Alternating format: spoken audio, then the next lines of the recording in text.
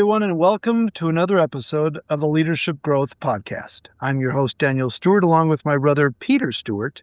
And today we are honored to have a fantastic guest, Dr. Marie-Hélène Pelletier, who will be speaking to us related to resilience, especially in the age of AI. And by the way, Marie-Hélène also goes by MH.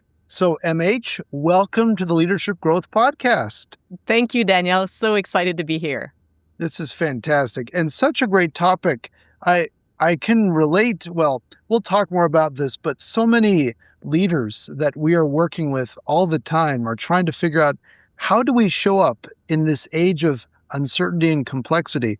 But before we get there, let me just share with our listeners a brief background, brief bio for who you are and some of your great expertise here. So let me just share briefly. Dr. Marie-Hélène Pelletier, or MH as she goes by, has over 20 years of experience as a leadership psychologist, executive coach, and senior leader in the corporate, insurance, and governance sectors. Her award-winning book, The Resilience Plan, fantastic book, by the way, highly recommend it. The Resilience Plan, a strategic approach to optimizing your work performance and mental health, was named a top 5 book to read by Inc. magazine and by Forbes. So, MH, thank you for being here again. And we want to start off with this kind of general question. What led you to dive into resilience as a topic? What led you to dive into this as you're talking with so many different leaders? Yes. It's listening to them, really. And what was going on is because of my combined background of psychology and business, in any of the roles that I've had, I've ended up working a lot with professionals and leaders, and them asking, at times, having conversations with me on, how can we optimize what's going on, whatever it is. Is this our performance? Is this our mental health and all this? And these individuals tend to be, like many of your listeners here, highly performing, highly resourceful, highly capable. And so where they mostly are, and yes, sometimes everyone can be in the range of burnout and all that kind of thing. At the same time, most of the time, people are highly functioning. And so if we're going to look at optimizing, the term that makes most sense is resilience, because that's where we have this opportunity to proactively look at our brain, our overall health, including our mental health, and taking actions that will help us optimize our contribution, our happiness, and what we bring to what we do. So it was listening to their language, to where they're at, and what resonates with them. As you're listening to so many folks, what exactly is resilience or strategic resilience? Yes. And I'm so glad you're asking this. And it is actually very important, because it's a question that even the academic literature is not all exactly on the same page on. There are many definitions, actually, but there are some that are used more often than not. And that's what I'm going with as well, so as we think about it, it's for ourselves, but also even for our teams. So whether you're a leader of a team right now or just a member of it, not just, but a member of a team, it's our ability to go through adversity and come out even stronger. Okay. Now, there's a few pieces that are very important for us in this. When we're saying going through adversity, often we think of acute moments, right?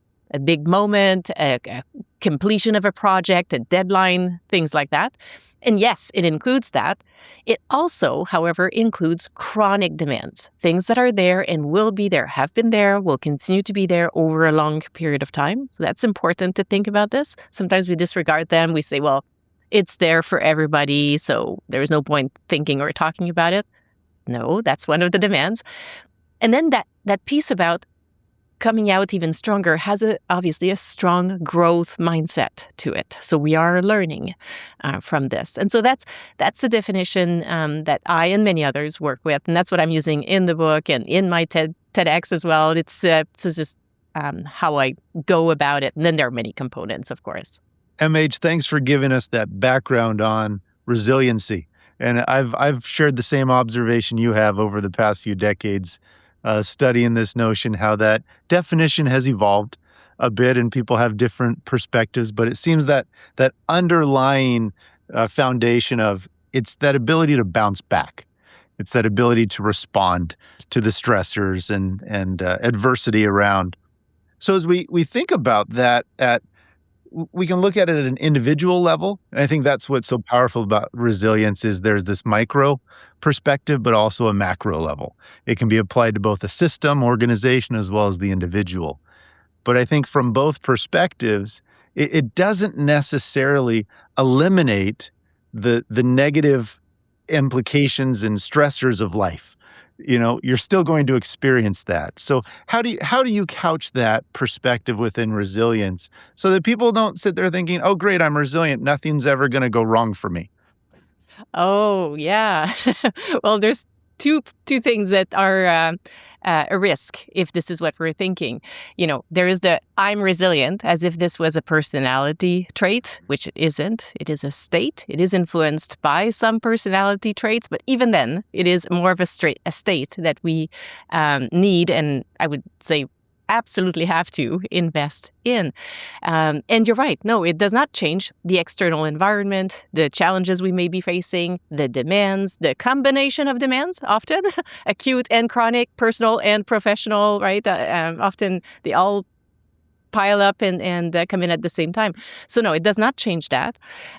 But it changes how we approach them. Sometimes one of the ways to think about it is because there is a strong proactive component. Yes, we could be reactively investing in resilience, but like bouncing back, that kind of thing. But we can also be proactively investing in it. And so what we're doing when we do this is we increase our baseline, so to speak. So the demands still come and they still have the force that they do. But meeting these demands, and we all relate to this. Sometimes we meet the demands and baseline is low, we feel it.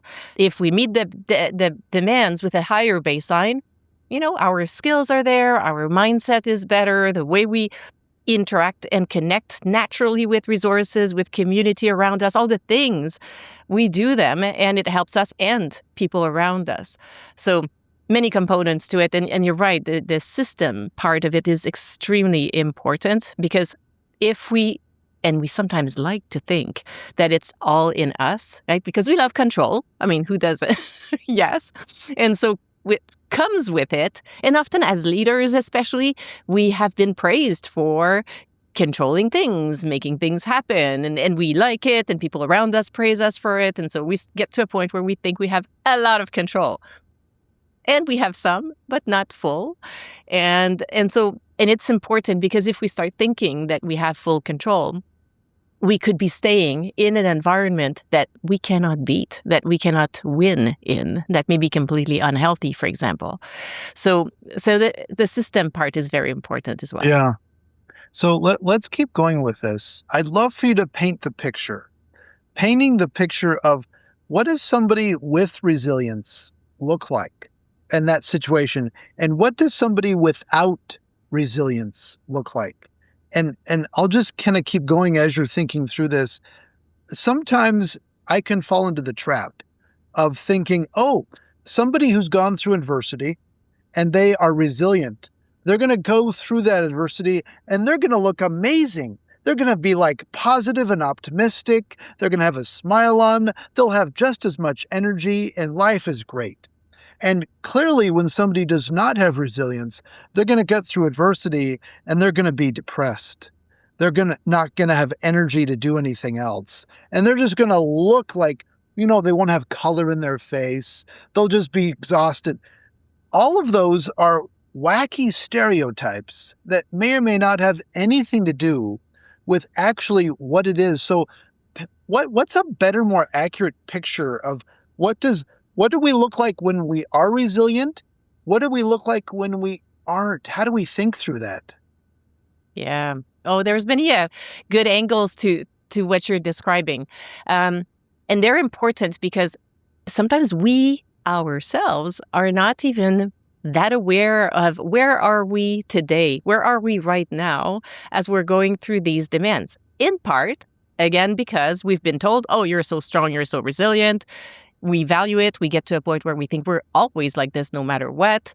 And so we don't realize we need to be self-aware about it even. So either we see the signs but disregard them, or we don't even pay attention to the signs that our resilience may be going down.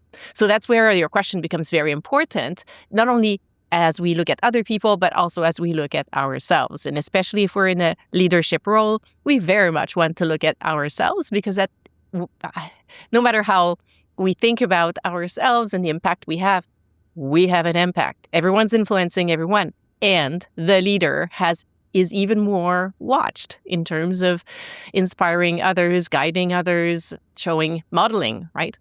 And so the way we will see it for ourselves and others, the shortest answer is often just not being your usual self. That's often the fastest way to say, are we dealing with things in a way that's mostly resilient, coming from a higher baseline, or lower resilience? And I'm going to use these words a bit more, higher resilience, lower resilience, as opposed to fully resilient and zero resilient, because we tend to sometimes speak like this.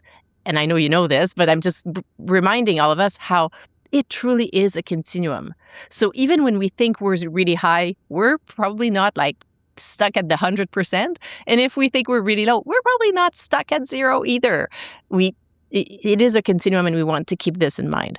Concrete signs, often as leaders, will be very good at seeing the challenges, taking a bit of a distance to assess what's going on, connecting with people, speaking, listening, all these things. Sometimes when our resilience is lower, and we've all experienced it, we're a bit off-brand. So we will be maybe sharper in our responses, not so empathic, not so going in and listening, a bit impatient maybe.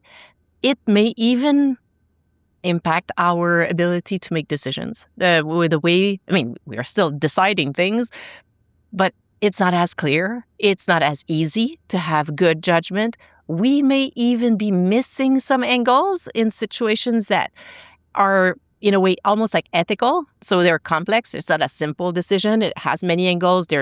Sometimes important values are colliding with each other. So we'll see it in our ability to do all these things that usually, yes, we feel the difficulty and the demands of it, but we can meet these demands much better. So we'll see it for ourselves, hopefully, need to pay attention. But that may also be how we see it in others.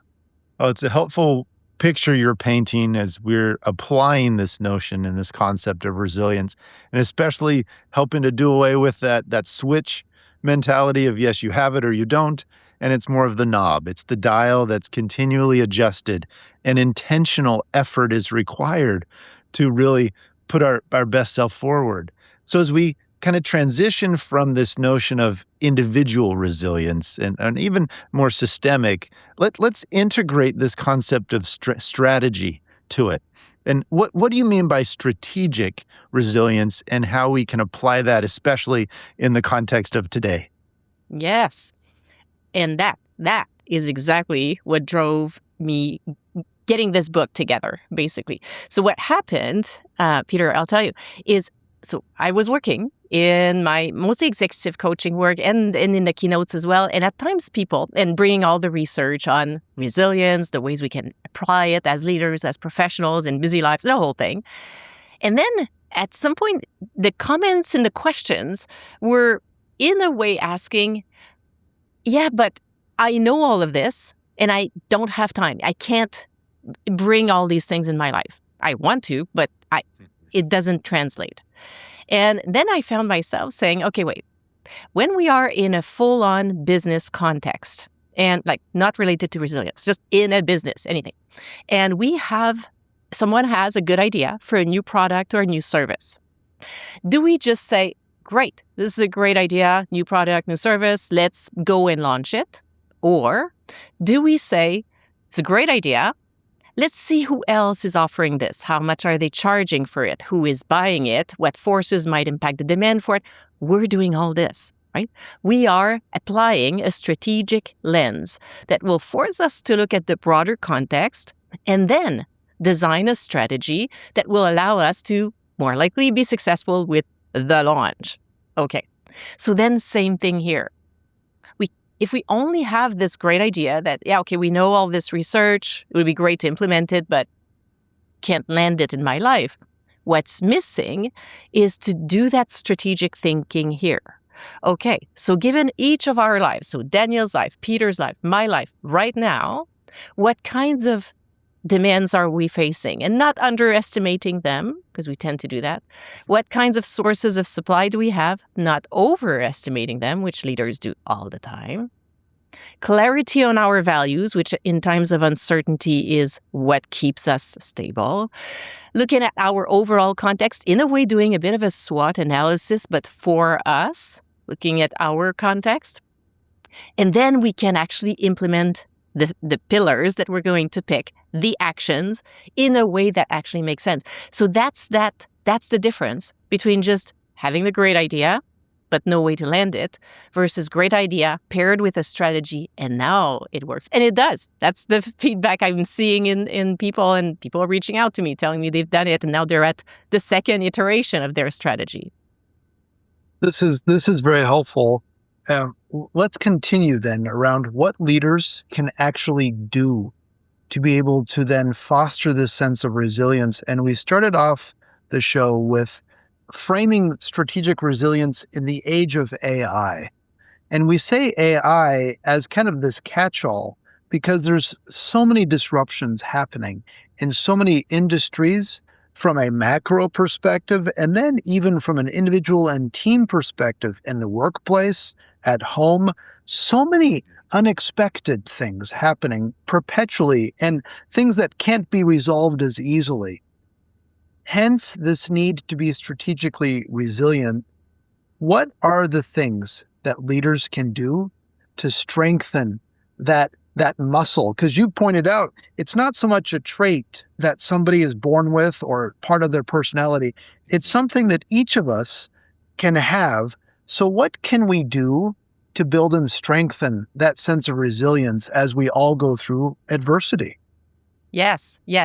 So I'll give you some ideas, and keeping in mind that, again, for each of us, the exact ways in which we land them, the tactics that will make sense for each of us in this moment in time may vary, right?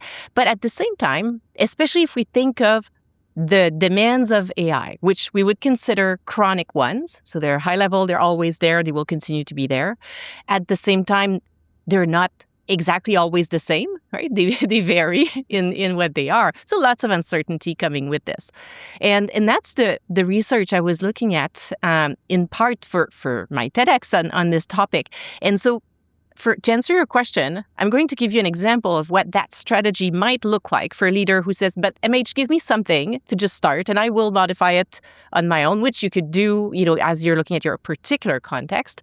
But still, I was looking at multidisciplinary research. I was looking at HR, leadership, AI, of course, technology, ethics, business management, the interdisciplinarity to answer this actual question is actually fairly interesting. But what's also interesting is that the research on AI specifically, of course, is more recent. We don't have 3 decades of this. But we do have decades of research in all of these fields that we can bring together. So to answer your question, 3 pillars to consider. One pillar is increasing our knowledge.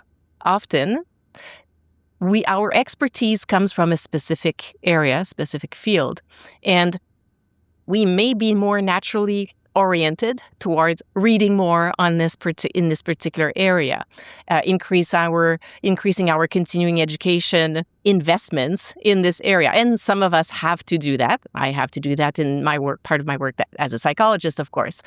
But then I would say increase your knowledge specific to AI and emerging technologies. Force yourself. Even if you're not feeling like it, ensure that you do that, because if you don't, that means you're actually missing a chance to decrease that uncertainty. In the absence of this information, you're going to either not think about it, which becomes worse in the background, or create potentially more catastrophic scenarios for yourself. So we need to increase knowledge. Now, concrete actions, next time you go to a conference, make sure you go to that talk, not just the technical ones in your field. Next time you read any publication, Make sure you read at least one piece. Maybe you challenge yourself, one piece a week on this topic. But we need to increase our knowledge. So that's one of the pillars. Another pillar is to manage your mindset. Again, not something that is new. In managing anxiety about anything, we want to catch how we're thinking about it, catching the catastrophic thinking, catching the tendency to predict with high probability something terrible. Is it possible? Yes. Is it probable? Not necessarily. Okay, we need to untangle this. Right? Managing the mindset. And specific to AI, there's actually some research emerging now that was looking at what they were using specifically there, but it connects with exactly this, was self-affirmations.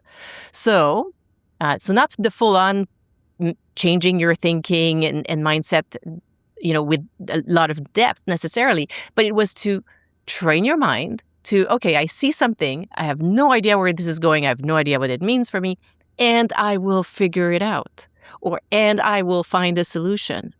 And so there, you're just helping your brain go in that direction. That could be an action. And the third one, I would say, a third useful category to consider, again, bringing all this research together and experience as well. And I'm sure in your work you'll relate to this as well. It's building community. So, yes, we're working with machines much more, and we do need to stay connected with each other as humans because that serves as protection for our resilience, for us, and for people around us as well. So today, I may be the one feeling pretty good about it, but you two are feeling it. Or it's the reverse. I'm feeling it, and you two are feeling super solid, but because we're talking, it's going to help all of us. So that may be that pillar of community we want to make sure we invest in, for all kinds of reasons. But, we're hearing leaders dealing with so much pressures right now. We've all been, I've been in leadership roles and you've been as well. So the pressures are high and they're even higher, whether we're cutting resources even more, dealing with ways to integrate AI even more in what we do, all kinds of other stressors, climate, political, economical, all kinds. So community even more important. Helpful. I love those 3 pillars. So just to recap for our listeners, the first was increase our knowledge, and I'll add in strategic areas. So we're diversifying what we're exposing ourselves to. The second one, manage your mindset, catching to make sure we're not falling into some of those cognitive distortions that are not helpful. And then the third is building community. That support we need for each other. Let's double click a little bit more in that third one of building community, about how we can truly support each other in this, and why is that pillar so critical during time of significant disruption, like what AI is bringing to the workforce now? Yes. Well, so many ways. One that I find is, I think, a useful one that sometimes we don't think about as much, perhaps right now, is, the reality is that a lot of our identity is connected with work. Yeah? Some of it is outside of work, of course, but some of it is work. Now, if AI is coming in and modifying this, it may modify our identities in some ways, right? Because AI may come in and do sort of just bring me closer to my, what we call, ideal work self, in which case it makes me very happy. It's all good. It may take me away from my ideal work self, in which case we need to look for other ways to bring me back to my ideal work self so that I can stay engaged, happy, and contributing. And so when we're increasing community, part of what we can do as for each other is having these conversations, having the conversations at times about how is that shifting, how you feel about yourself, how you feel about your, in this case, work identity. And if you are in a leadership role, and I would argue if you're speaking with your leader, so you're not the one in a leadership role, but your leader is there to support you, open that conversation. If you're the leader, for sure, bring it up. But if your leader doesn't, you bring it up and say, you know what? I'd love for us to have a chat about what that means for my professional identity, these changes. What do you see? Because sometimes a leader will have visibility on more changes, broader picture. That's part of why the structure is there.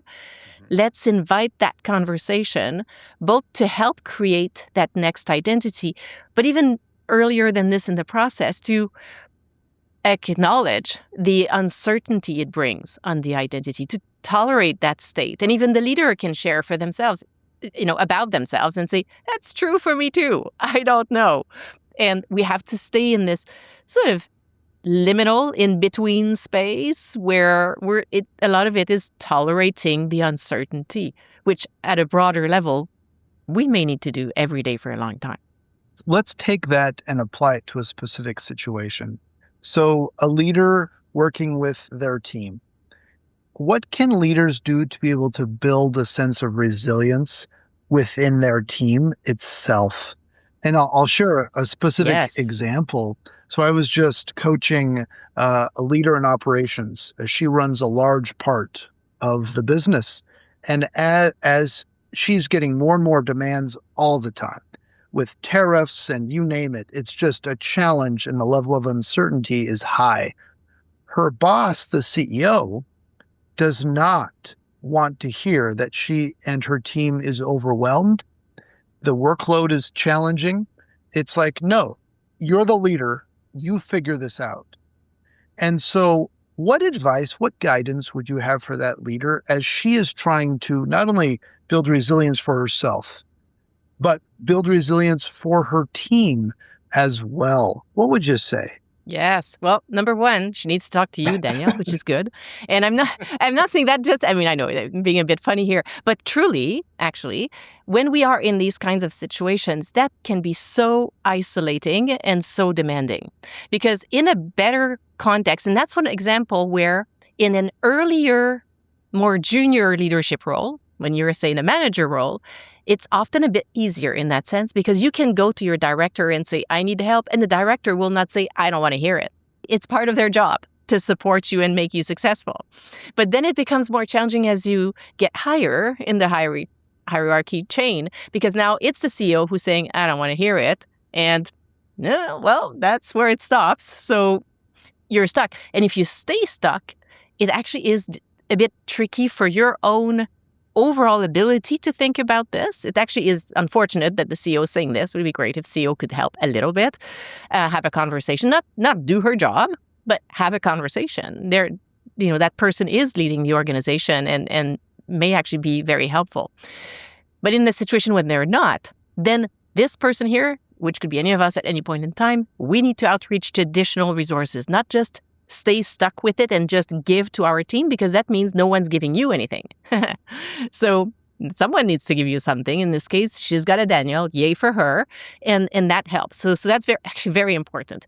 And sometimes you need more than one resource. Sometimes you're going to need a coach, you're going to need your work psychologist, you're going to need a peer support group, you're going to need a leadership support group, virtual or in person, you're going to need more connections with your friends, connections with your spiritual leader. We want to actually go and really get that support. That being said, then you turn to your team and you want to support your team in this context, which of course is complex. So I'm not going to provide a magical answer here in a couple of minutes, but some directions to consider in addition to that first one, which I think is very important. It may be, especially in the context of AI, what we're seeing is that the team members will often have the best ideas on how AI and emerging technologies can help, more than her as a leader, because they're closer to what's happening, either themselves or closer to teams under them that will have ideas. So being open to having these conversations about how may potentially AI and emerging technologies help. That's a longer term contribution to the response, but that's a question worth asking that sometimes we skip because we're so busy. And sometimes people actually have ideas, but because leadership is not asking, they don't bring them up. And so we will never know. And so that may be an important piece. Another one is for that leader, assuming that she has enough in her to bring these conversations, but is to have conversations with the teams about the workload, which sometimes we actually try to avoid because we're hearing nothing can be done from the top. And we know everything still needs to get done. So we're thinking, well, I can't, if I open this can, it will be terrible. No, you've got to have it in you and bring up the conversation. And you can be very transparent in saying, look, we're not going to be able to change 80% of this situation. A lot of it needs to stay the same. What we need is to look for the smaller pieces that will contribute to helping us create a better comfort or better space. And in opening these conversations, sometimes the team will find ideas, and then we go for that. If you want to lead, sometimes it's helping the team find the most demanding, the friction points, the most demanding moments. Sometimes I've worked with a leader where that conversation led to identifying that there was a process in which, at times, not often, a small proportion of the time, but some steps were actually very challenging, very demanding. And they were very taxing for the individual and the team around because everyone became aware that there was this part of the process. But we were not paying attention to it as much because it was a rare-ish occurrence. Mm-hmm. However, it was a high-stress one. Once they realized that, they blew this up so that we could really support it much better. And it actually changed how many people were feeling on the team in terms of workload, even if it was a rare occurrence. So that's an example. And a third one is to ask the team, or if you know yourself, when is the next most demanding time for us? So let's say it is, say, in 3 months from now. And sometimes it's a recurring thing. Every single year, this moment is a tough one. But we just put our heads down and go through. What can we do this time to get there with an overall higher baseline for all of us as a team? What can we change between now and then? Do differently, push to later, ask for help, whatever, do a portion of instead of full, so that we get there with a higher baseline as individuals, but also as a team. And so that may be some examples of ways we can change the course of how this is going to go down. Really good examples there, MH. And what I also appreciated was you illustrated the 3 core principles that you had previously discussed in this response. What first thing you suggest? Making sure you're getting the support you need. That was one of the foundational pillars, encouraging that leader to reach out to additional folks so they're not feeling isolated. Then it's looking at the mindset they're bringing, not playing the victim, recognizing what they can and can't control, not getting overly defensive and personalizing the feedback from the CEO, but being able to move forward and having that growth mindset. And then third, increasing their knowledge by soliciting information from their team. How can we leverage AI better? What is this, as we think long-term, how can we anticipate these challenges in the future? So it's just powerful as we think about the application of these, if we can pull back to those core principles that I think you did such a great job illustrating. Yes, thanks. Well, they're coming from research. So, it's true. That's the beauty of research. That's the purpose. Sometimes people say, oh, why are you so stuck on research? Well, because we actually know it has positive impacts. And as we know, research is a conversation. And the more we've got studies going in that same direction, and then people like all of us here applying it, we see the power of these approaches. Yeah. So as we kind of wrap this up, MH, what's the one thing that a leader can do to increase their ability to be resilient? Yes. And in addition to all the things we talked about, I think they're all very good. But I'm going to bring something up that some listeners will say, oh, MH, I've tried this and it's not for me. Meditation. And the reason why I bring this particular thing in this conversation, where we've talked about so many other things here, there's a couple of reasons. Number one, many leaders have tried it because they've heard the research and they would love for their brain to calm down, and it did not work, in their opinion, because their brain did not calm down, so they've stopped doing it and just say, it's not for me, I hated it, or whatever. Yet, no, research is not saying if it didn't work, that means it's not for you. That's not the case.